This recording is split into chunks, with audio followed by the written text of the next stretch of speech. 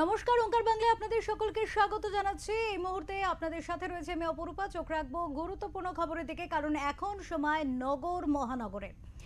এই মুহূর্তে সবথেকে বড় খবর বলা যেতে পারে, আলিপুরে নমিনেশন জমা করতে গিয়ে, মনোনয়ন জমা করতে গিয়ে রীতিমতো উত্তেজনা। তৃণমূল বিজেপির সংঘর্ষে কার্যত উত্তেজনা পরিস্থিতি কিন্তু আলিপুরে।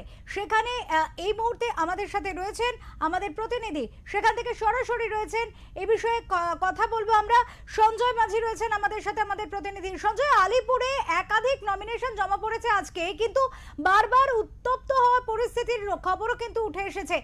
এই মুহূর্তের কি খবর রয়েছে জানবো তোমার কাছ থেকে।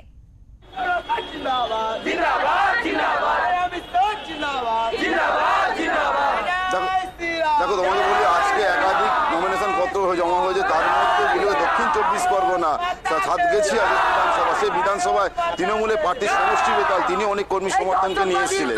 তার পাশাপাশি দেখা যাচ্ছে অগ্নিশ্বর নস্করের বিজেপি যে অগ্নিশ্বর নস্কর দাঁড়িয়েছেন, তিনিও প্রায় 75খানা গাড়ি নিয়ে কর্মী সমর্থন নিয়ে আলিপুরে এসছেন নমিনেশন করতে।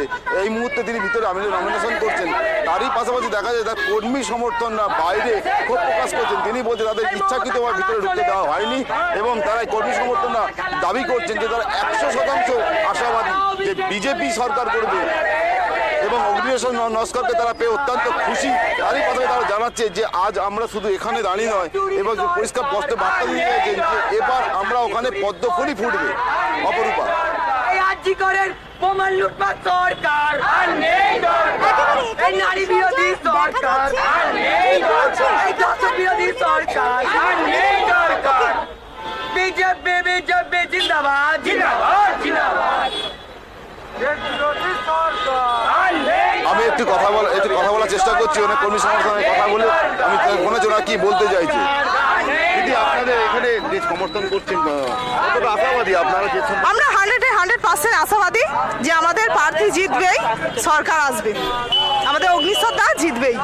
ওদিকে যে শাসক দলের পক্ষ থেকে যে যিনি দাঁড়িয়েছেন সমষ্টি বেতাল, তিনি তো বলছেন একদম 100% তিনি আশাবাদী, এবং তিনি জয়লাভ করেন। জয়লাভের পর তিনি কি করবেন সেই নিয়েও তিনি বলেছেন তিনি প্রথম করবেন পেট্রোল, যারা ওখানে অটো আছে সেই অটোর জন্য একটা বিশেষ ব্যবস্থা, যে গ্যাসের যে মূল্য বৃদ্ধি হচ্ছে তার প্রতিবাদে মানুষ যেমন সরব হচ্ছে, তারই পাশাপাশি গ্যাস নিয়ে যেটা দুশ্চিন্তা হচ্ছে, তিনি বলছেন ওখানে একটা গ্যাসের প্রথম কথা, গ্যাসের উনি একটা পেট্রোল পাম্প বানাবেন, গ্যাস ফিলিং পাম্প যেটাকে বলা যায়। এবং যেহেতু ওখানকার নার্সারি বাগান আছে, সেখানে মাটি এবং জলের যে একটা সমস্যা থাকে সেই সমস্যার সমাধান করে। তারই পাশাপাশি তিনি জানিয়েছেন যে আমতলায় যে জাম হয় দীর্ঘদিনের যে সমস্যা, যেটা চড়িয়ালে জাম হতো, যে চড়িয়ালের পোল যেন হয়ে যাওয়ার পর যেমন একটা যানজট মুক্ত হয়েছিল চড়িয়াল, যেটা ডায়মন্ড হারবার সংসদ অভিষেক বন্দ্যোপাধ্যায় করেছিলেন, যে চড়িয়াল একটা দীর্ঘদিনের সমস্যা ছিল, সেই সমস্যার সমাধানের জন্য তারই পাশাপাশি তিনি আবাসিক শাসক দলের পক্ষ থেকে প্রতিশ্রুতি পাওয়া গেল যে তিনি জয়লাভ করার পরে হলে অভিষেক বন্দ্যোপাধ্যায়ের সাথে কথা বলে সমষ্টি বেতাল বলেছেন যে তিনি বলেছেন যে আমতলার যে সমস্যা এবং জল নিকাশি ব্যবস্থা তিনি তার সমাধান করবেন। আপনারা তারা কি নিয়ে সাধারণ মানুষের কাছে যাচ্ছে? মানুষ চাই পাল্টানো দরকার, কারণ মানুষ পরিবর্তন চাই। 15 বছর ধরে যে দুর্নীতি হয়ে এসছে, মানুষ সেটা আর রাখতে চাইছে না।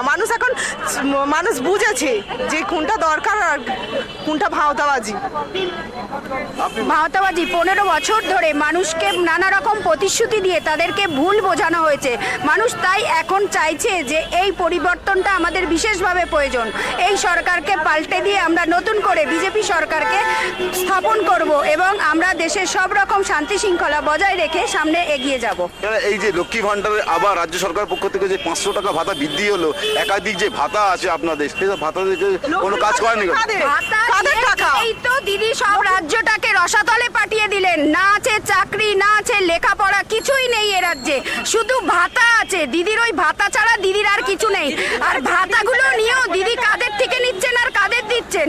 আমাদের ট্যাক্সের টাকা। হ্যাঁ, দিদি কি কোনো চাকরি দিতে পেরেছে? ভাতা তো আমাদের টাকা নিয়ে আমাদেরকেই তো দিচ্ছে। এত জিনিসপত্রের দাম, এত কিছু করছে, দিদিকে ভাতা দিতে হবে না? আমাদের ঘরে ঘরে একটা করে চাকরি দিই। আমরা নারী সুরক্ষা চাই, আমরা শিক্ষার কোনো উন্নতি করতে চাই, আমরা এই জন্যই এগিয়ে যেতে চাই। আজকের যে আমাদের অনেকগুলো লোক এসছে, গাড়ি এসছে, কিন্তু প্রশাসনের তরফ থেকে আমাদের হচ্ছে গাড়ি ঘুরিয়ে দেওয়া হয়েছে, যার কারণে লোক সংখ্যা আমাদের এখানে একটু কেন্দ্র বাহিনী কোনো প্রোটেকশন আমাদের দেয়নি।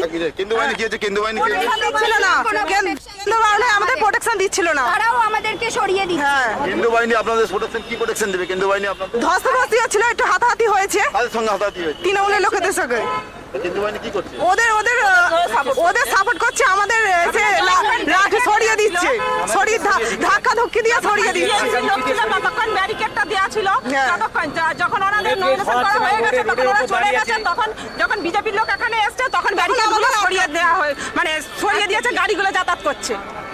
আর ওরা রোডে দাঁড়িয়ে আছে এবং আমরা হচ্ছে ফুটপাতে দাঁড়িয়েছিলাম। আমাদেরকে কি করলো, ওরা রোড থেকে ওদেরকে হটায়নি। আমরা হচ্ছে ফুটপাতে ছিলাম, আমাদেরকে ধাক্কা দিয়ে মিলিটারিরা বার করে দিচ্ছে যে তোমরা চলে যাও। অথচ তৃণমূল যারা আছে, যারা এসছে, তাদেরকে কিছু করেনি। আমরা হচ্ছে সর্বভারতীয় দল, আর ওরা হচ্ছে আঞ্চলিক দল তৃণমূল।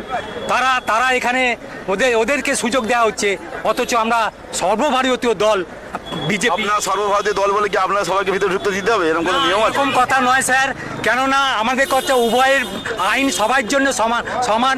তাদেরকে যেমন সরাতে হবে এবং আমাদেরকেও সরাতে হবে, যাতে আইন শৃঙ্খলা সবাই উভয় বজায় থাকে। নমিনেশনে তো ভিতরে সবাইকে প্রবেশ করতে দেওয়া যাবে, যেহেতু আজকে নমিনেশন হচ্ছে, ভিতরে তো সবাই সব দলেরই কর্মী সমর্থন, সকাল থেকে আমরা যা দেখলাম সব দলই অল্প অল্প কর্মী সমর্থন রাখেছেন। আপনারা তাহলে বাইরে দাঁড়িয়ে আছেন কেন? এত কর্মী সমর্থন আপনাদের কিছু? আমরা এখানে আসি না এই কারণে, আমাদের যারা কর্মকর্তা আছে, যারা আমাদের ওপরের নেতারা আছে, তারা আমাদের জেলের মাঠের ওপারে সব গাড়ি রাখতে বলেছিল, আমাদের ওখানেই সবাই ছিলাম। হ্যাঁ, যার জন্য আমরা আসি না।